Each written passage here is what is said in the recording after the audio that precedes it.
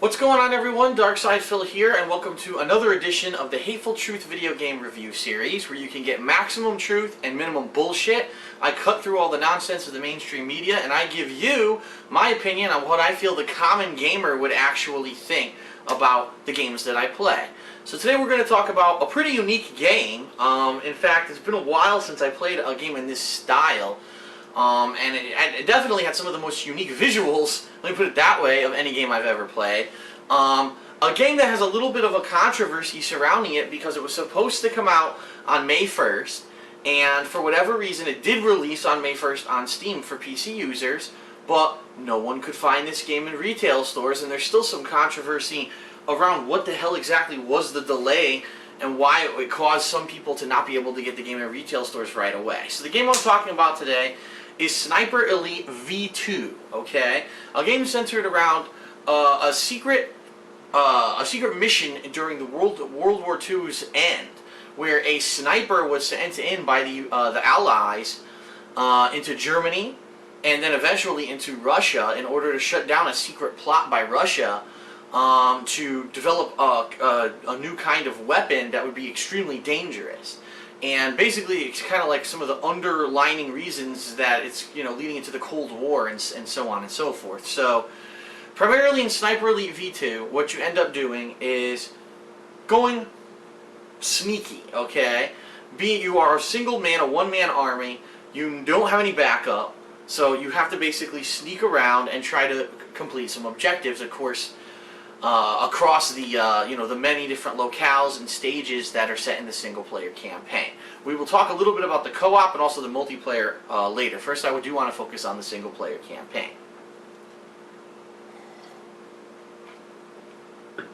So you're given a variety of tools to sneak around and to complete your objectives. Now, your objectives will range anywhere from pick up a piece of intel, assassinate a certain person, stop a convoy, destroy certain things. So it varies greatly, and so every mission can actually be pretty unique and interesting, and you can feel like you are playing different styles of games as you play through the campaign of this game. That is true. You get a variety of tools as well to do what you need to do. You're always going to have some kind of a sniper rifle with you, okay? And during the course of the campaign, you will unlock several different ones. I believe there's 3 or 4 total by the end of the game. You will pick up medium-range weapons by killing troops and looting them. And these are standard guns that you use for mid-range. If someone's right in your face, obviously you can't use a sniper rifle to kill them unless you're shotgunning, you know what I mean? So you pull out your medium-range weapon and blow them away with a machine gun. And then there's a handgun. And the initial handgun that you start out with is silenced, so it's really good for stealth purposes, but it's only single shot. As opposed to later on in the game, you find the Luger, you find the Colt 45, and you're also able to use those. Unfortunately, they're not silenced, so they can give away your position. So ideally, what is your goal in Sniper Elite V2? Well, your goal is to get from point A to point B, okay, through a series of waypoints on your map. And you will find that there are many ways to complete your objectives. You could try to be super sneaky. Pretend like it's Metal Gear Solid. Or maybe the best comparison I would have in this game is probably the Hitman series of games, where if you really want to, you can take on everyone. You can just, oh, there's a guy, shoot him, and then every single troop will be alerted. They'll start running out and teaming up on you, and then it'll be your job to take cover and try to take out a large group of troops. Or, probably the smartest approach, and the approach that I tried to do and ended up failing most of the game, is being very stealthy. Crouching the entire time, sneaking around so you don't make any noise, doing stealth kills and dragging bodies out of the way so when a patrol comes by they don't notice that there's a dead body lying in the middle of the street. Finding the ideal ways to sneak in buildings and around areas you need to get to. Rather than running straight down the street, probably better to go inside of buildings and use cover, for example. And basically get to your objective. And as I said, your objectives could be get to a vantage point and then do this really cool snipe from long-ass distance and kill someone. Or it could be set charges and then go up to a sniping position and shoot the charges when a convoy comes by to destroy the entire convoy. Or some of the coolest things in the game are destroying armored vehicles through sniping. What you would do is actually shoot at the gas cap of the armored vehicle, letting your bullet go inside the gas tank, which would ignite, and you can blow up armored vehicles with one shot of a sniper rifle, which is pretty damn cool. Especially in other shooter-style games where you're a sniper and you're pretty much usually ineffective against vehicle types. So you do feel very powerful, weapons-wise and effective offensive-wise in this game. However, also similar to, say, Hitman, you're very weak, meaning you can only take a couple shots and then you're dead. Now, you can take a shot and take cover and your health will regenerate, similar to Call of Duty. But primarily, you're going to want to not get shot at all, simply because you can only take a couple shots, and then you die. And, of course, then you're either going to have to restart the level or go back to the previous checkpoint. Outside of, all of that, the major focus of the game is really sniping, okay? Obviously, a game called Sniper Elite, it's going to be majorly focused on sniping. And the sniping in this game is pretty unique because it uses a couple mechanics that other games pretty much primarily ignore, including bullet drop, wind factors on the higher difficulties, and actually holding your breath to the point where you have to adjust your shot for accuracy. So the way it works is you'll zoom in on your scope of your rifle, and so you'll try to get a good shot, and then what you'll do is you'll press the button that will have you hold your breath, and you go and you'll hold your breath, and then what will happen is a red diamond will appear on your target. And what that is, it won't be at the center of your target reticule there, but it'll be usually a little bit lower, and that's to account for bullet drop. The game actually, the further away you are from your enemy, the higher up you have to aim because the bullet will drop due to gravity after you fire it. And so this is a unique game where you actually have to account for that, okay? Then when you let fly, if it is a kill shot, meaning if that shot will kill the enemy, usually the game will go to an amazing kill cam, which is a variety of different ones that they use. Sometimes they just pan behind the enemy and you see the bullet ripping out of the back of their body. Sometimes they'll go to the side of the enemy and you'll see the bullet ripping through their side, or the side of their face, or the side of their body, wherever it is. Sometimes it'll do an amazing X-ray shot where it'll show the sniper's body X-rays. So you'll see his skeleton, his organs. It'll show the bullet ripping in slow motion through the body and coming out, and it's extremely brutal, let me put it that way, with excessive blood, and it's just really, really nasty. But it's also really cool and interesting the way that they did these kill cams. And the final one, which is the most epic one, is it'll actually follow the bullet from the barrel of the sniper rifle through the air all the way into the body of your poor victim. And there's a variety of ones that they do with these X-ray shots. I've seen ones that went through a guy's eye. I saw one that go through the center of his head, through the teeth and mouth, through the neck, severing the spine, through internal organs, including bursting the heart, going through a lung, going through like the stomach, and then of course the absolute most brutal shot of them all, the ball shot. That's right, this game actually has ball X-ray shots, and I probably did the most epic X-ray shot I've ever seen in anything ever, completely inadvertently. There was a guy who was kind of getting up out of his position and turning like this when I fired at him. Oh my god, the bullet went into his side, okay, through his ball sack. So it went through his one testicle into the next testicle and then out his other leg. It was the most gruesome fucking thing you've ever seen. Go watch it's part 3 of the playthrough at the very end. I think it's like the 10-minute, 50-second mark is when this shot happens. Oh my god, I had to cringe so hard when it happened because it was so fucking bad. And I can't believe that they actually put the testicular shots in the game, but they did, which is pretty funny. So, during the course of the game, when you're doing these epic shots, it really feels gratifying when you're lining it up. Shit, people are shooting at me, I gotta hurry up and get the shot off. And you're accounting for wind, you're accounting for the bullet drop, and finally get the diamond, boom, here you go, kill cam. Ooh, oh, and it hits the guy, it's a gruesome explosion, you're like, yeah! It's really cool, it really is. It's fun and interesting, and it is a lot of fun to see that, and I definitely enjoyed that aspect of the game. Other people, if you're a little squeamish, it might be a little cringe-worthy, but I really do think that is kind of like the coolest part of the game, is that they did these really realistic X-ray kill cams when you get your epic shots off, okay? So, over the course of the game, there is a plot that develops. You uncover a secret plot by the Russians, and you have to try to just, stop this certain weapon from being launched, and eventually you have to try to execute the guy who was behind it. So it's pretty typical, you know, World War II style stuff. It's not anything complex or anything like that. But it is cool that a lot of the missions have different objectives, like, and they could be very, very different. Like I said, sometimes you just need to snipe a certain person. Sometimes you need to destroy a certain objective. In fact, there's a stage where you have to wait for this rocket to be completely fueled so that you can shoot it and it can blow up. The thing is, it's only completely fueled for 10 seconds before it launches, so you have to book your ass and get that perfect shot off within 10 seconds or else you fail the mission. And the final mission where you have to execute this guy is really cool because he tries to escape, and depending on, you know, when you actually line up your shot, you can get off a really epic last shot of the game, which is pretty neat. So let's talk a little bit about what I liked about the campaign, what I didn't like about the campaign, and then we're going to talk about the other modes in the game. What I like about the campaign, again, the epic shots, the kill cams, really cool, probably the best part of the game. I actually did like accounting for bullet drop and such. I thought that it was a really neat mechanic. It added something unique to the game. And some of the uniqueness of the different missions of the game being that every mission kind of had a different objective. A lot of these games, like, just go from point A to point B and kill 5,000 generic guys. Yeah, this game has a lot of that, but at least it lets you feel that since you're in a completely different locale, maybe one stage you're at a church, one stage you're at a museum, one stage you're, you know, blowing up a bridge. It makes you feel like you really are going across Europe and you're doing different things. It keeps it fast-paced and moving and interesting. It doesn't feel like it's really that repetitive that much. So those are the things I really liked about the game. Some of the things I dislike about the game. First of all, its length. The campaign is just about over 5 hours long, maybe 5.5. If you put it on hard difficulty, chances are it probably will be longer, but that's just because you ramped up the difficulty. On a normal difficulty, 5.5 hour campaign and that's it. That's kind of disappointing.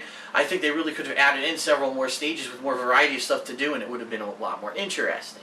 Some of the things I don't like. The fact that the AI is very flaky, and what I mean by that is there's some stages where it'll be absolutely idiotic. The guys will walk right in front of you staring at you and they're not alerted that you're there, okay? So which you're always able to get the drop on them. They look, oh, there he is, and you just pull out your handgun very slowly and shoot him perfect headshot, and it's like, what the fuck, this guy's an idiot. I'm sitting right there, he didn't see me, you know, this is so unrealistic. But then in other stages, you will just kill one guy, and all of a sudden the entire base will be instantly alerted as if they have some psychic connection. They all know where you are, and they all start firing immediately at you. And you're like, wait a minute. I snuck up on this guy, I shot him in the back of the head with what's supposed to be a silenced handgun, and I was going to try to hide the body. How did this sniper 500 feet away over there hear this, because it's a silenced pistol, become alerted, instantaneously alert everyone on the base that I was here, and now I'm fucked. Now gangs of people are coming straight at me and sniping at me.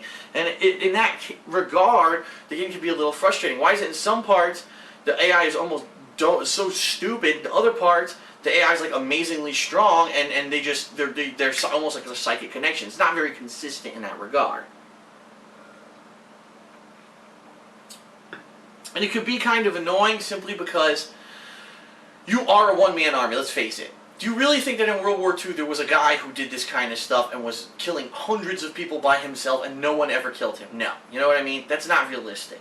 But the game expects you to kind of be this one-man army superhuman and kill off hordes and hordes of people, but then they give you very little health. And it's like, well, give me a break. What did you want? Did you want me to be superhuman? Like I know I'm going to keep making this comparison, and this game is nothing like this game, but Call of Duty. In Call of Duty, you eat 700 bullets to your body, and you always regenerate, and you're fine, and there's, you know, it's ridiculous. You're a superhuman. But that's why they make you superhuman, because you're going up against hundreds and hundreds of troops by yourself, okay? In this game, you're by yourself, but you die after like 2 shots. So near the end of the game, the last couple stages get really cheap where, again, you might be trying to sneak up on a dude. Uh-oh, you accidentally alerted everyone. Instant death. You know, you're like, fuck, man. And especially if it gets frustrating because in some parts of the game, the checkpoints, you know, are set apart of long instances of combat. In fact, there are some times where you'll be fighting for 5 to 10 minutes straight because there's so many dudes in this open area. You need to keep moving, taking cover, sniping, moving, taking cover, sniping without getting hit. And you'll kill every last one except the last guy. The last guy will snipe you fuck, guess what? Replay 8 minutes of gameplay because you died to the last guy. You're like, oh, motherfucker, I had everything perfect. Now I die once and I have to replay a whole fucking sequence. And it gets really frustrating. Now, for me, I think it's extra frustrating because I bought the game on PC, and I am a large believer that PC games should allow you to save whenever you want. And I think that is a major problem with a lot of console games, is that they always have these checkpoints that are reliant on the developer to pick the checkpoint instead of just letting you save on the fly. That, I think, is a major positive for a lot of PC games. I mean, I can't tell you how many times in Skyrim and other PC games that I've played that being able to save whenever you want is extremely helpful. Especially in a game like this game, Sniper, because a lot of it is trial and error. A lot of the times, you'll go into a sequence or an area not knowing what's coming up. Is there one guy around that corner, or are there 10 dudes around that corner? There's no fair way for you to know until you sneak around the corner and you look, and chances are you're going to get detected that first time until you figure out how many people are around there. And it could be really frustrating because you always have to die once or twice to figure out what's around the next bend, but then the checkpoint doesn't account for that and makes you replay 5 minutes of gameplay every time you get there. So it really is frustrating, and this game does not let you save whenever you want. You have to rely on the game's checkpoint system, which can be really, really, really annoying in some of the sequences. And then, one of the most ridiculous things I think is near the end of the game. I'll be honest with everyone, the final stage, you don't have to play it. The final stage, here's what happened to me, and you'll know this if you see my playthrough, and you were probably frustrated when you saw it, because I was frustrated too, and I just said to hell with it. The final stage is a giant open courtyard, and there's guys everywhere. There's a sniper in every building, there's a bunch of ground troops, there's guys on turrets. The whole thing is fucking man, and your goal is to get across this courtyard and sneak into a building to get to a vantage point so you can kill someone who's trying to escape, okay? You can snipe them. Well, I tried 2 to 3 times to clear this courtyard, and every fucking time, one time I spent almost 10 minutes on it, and I died to the last fucking guy snuck around and shot me. And I said, this is fucking bullshit. I couldn't see him. This is like a trial and error. I don't want to redo the last 10 to 15 minutes of gameplay again, simply because one guy was hiding and got the drop on me. It's so fucking annoying. So I said, fuck this. I actually ran through the entire courtyard to the checkpoint, and the game just let me progress. So I didn't even have to do the final stage. I kind of fucking skipped it. So what kind of game is that they designed it so it's so annoying that you can just skip it? You know what I mean? Like, it made absolutely no sense. I was really annoyed at that. And I really do feel in a game like this where you're tasked to be superhuman, if you're not going to have a lot of health, you know what I mean? If you're not going to be treated as like you're superhuman, at least give me the opportunity to save after I do critical kills and take out critical lookouts and snipers so that I don't have to restart from a 10-minute checkpoint before and do all that gameplay over again. That was really frustrating for me, okay? So now let's talk about the other modes in the game. Well, first of all, there is a full co-op mode, meaning you can play the entire campaign through co-op. And I did actually try to play one mission in co-op with a partner. Problem was, it was kind of laggy, and immediately I noticed that my snipes were very delayed, and it was very hard to actually kill people in this co-op mode. Now, that could just be, you know, bad luck that one game was like that, but I could see how that could definitely be a factor, and it could hinder the game if you're trying to play it in co-op. And there's high latency. In this game, you need to have pinpoint accurate aim and timing to get those snipes off, and delay can kill you, okay? In addition to the campaign co-op, there's also other co-op modes, and I would love to tell you about them. Problem being, I sat here for 25 minutes trying to get into these modes, and no one is playing them. It's just always saying, no match is found. Want to create your own match? In some cases, I said yes. I sat there waiting for someone to come, and no one ever joined the match. Now, it's Friday night, all right? And this is the week of release of this game. This is the prime time, you know, Friday, Saturday, Sunday, the weekend, when people will be playing this game. You would think they'd be playing the multiplayer or the co-op now. They're not. And that actually goes into my speaking about the multiplayer as well. First of all, supposedly there's no competitive multiplayer in the console versions of this game. I can't, you know, definitively say yes or no simply because I didn't get those versions. I got this for PC version off of Steam, but apparently there's no competitive multiplayer in console version. I could say that's probably a detriment because you would like to have all the features of the game. You know what I mean? Especially the week of its release, usually on consoles, you'll get people playing the multiplayer of the game. Well, not so on PC, because I tried to play the competitive multiplayer. I searched again. I searched for like 15 minutes. I finally found one match.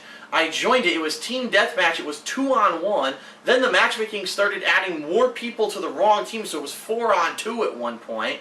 And then finally, when we had a full room of like 8 to 10 people, the lag was horrendous. There was a guy running across the courtyard. I went to shoot him, and he's teleporting like this across the courtyard. I'm like, well, obviously I can't fucking shoot him.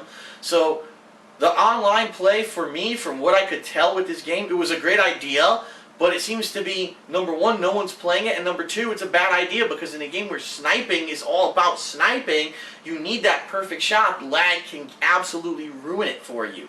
So from what I was able to test, the online play really isn't a factor here.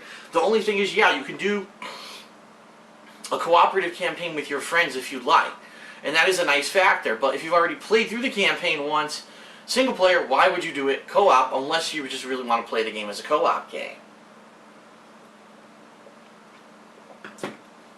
So really, you're talking a 5.5-hour long campaign, possibly replaying it one more time. Okay, so what, 10 hours of gameplay out of the game? No competitive multiplayer on consoles, and only very limited competitive multiplayer, if you can even find anyone on the PC, which I have no understanding of why that is, but I just can't find anyone, so it is what it is, you know what I mean? And so, when I factor all these things into my review, the length of the campaign, the funnest part being that you can really snipe and have these cool X-ray kills, and you have to account for all these factors as you're sniping, and you can really play the game however you want. You could be gung-ho, or you could try to be more sneaky like in Hitman. The fact that these stages are diversified and your goals and locales are really cool. But compare that with the fact that the AI is very flaky at times, that the checkpoint system really isn't that good, especially in the longer sequences, where if you die to the last guy, it forces you to replay 10 minutes of gameplay. Parts where it's a lot of trial and error, you have no idea what's around that bend, and so you have to basically go around there and dive before you can try the second try and try to do it better, because you know where everyone is and how many people are in that room. And the fact that the online multiplayer was laggy for me, and I can't even find anyone to play it, that's not really a factor. There's a lot of things to factor in here. Overall, I think this game is fun. I think this game is unique, but I would more recommend it as a rental than anything else. I don't think that buying the game, you know, full $50 on PC, $60 on console, for a 5.5-hour campaign that's kind of fun, but really no replayability there after you've beaten it. The only thing I could say is maybe you want to up the difficulty and then try to play it again, and then you have to count for wind as opposed to just gravity. There's wind and other things involved in your shot adjustments. I could say, okay, maybe you would like to do that. But for me, for someone who's like a common gamer, I just want to get through this game and beat it, really, I'm kind of disappointed. I think the game was too short. I think this game could have been as long as 8 hours long, and it still would have been, you know, not seemed too long. In fact, the game actually seems like, wow, the game's over already? You kind of like, wow, I was enjoying myself, and I just beat the game. That kind of sucks. I wish there was more to it. So the game is just too damn short, in my opinion.